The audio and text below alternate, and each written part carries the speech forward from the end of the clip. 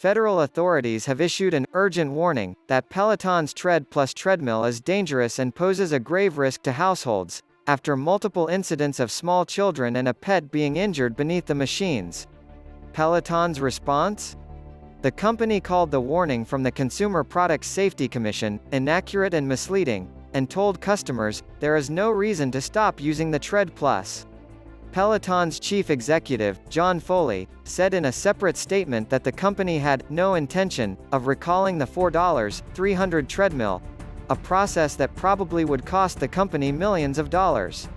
Clearly there's a lot going on here, and I'm in no position to speak one way or the other about the safety, or lack thereof, of the Tread Plus.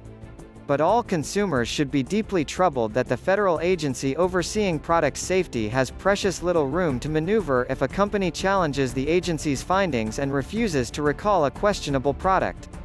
Yes, the Consumer Product Safety Commission has authority to seek mandatory recalls under certain conditions. The reality, however, is that this hardly ever happens.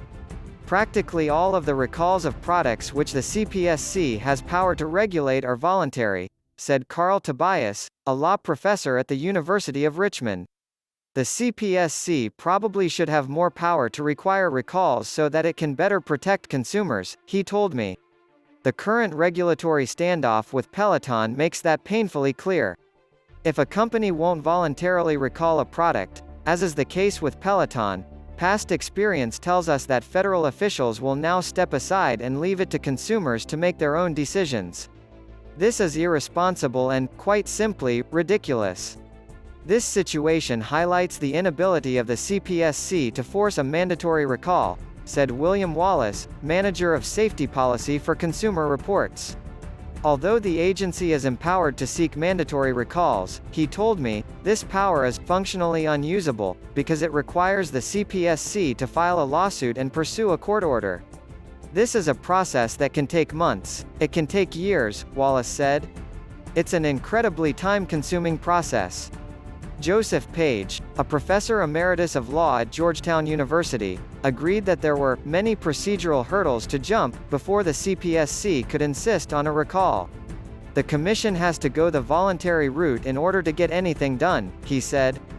No one at the CPSC responded to my request for comment. Again, I'm not saying Peloton's Tread Plus represents a danger to users or their family members. I have no first-hand experience with this exercise machine. But it seems pointless to have a government watchdog entrusted with protecting the public from faulty products that's effectively unable to enforce its own findings. Instead, the CPSC relies almost entirely on the honor system, persuading companies that it's in their interest to voluntarily recall defective products.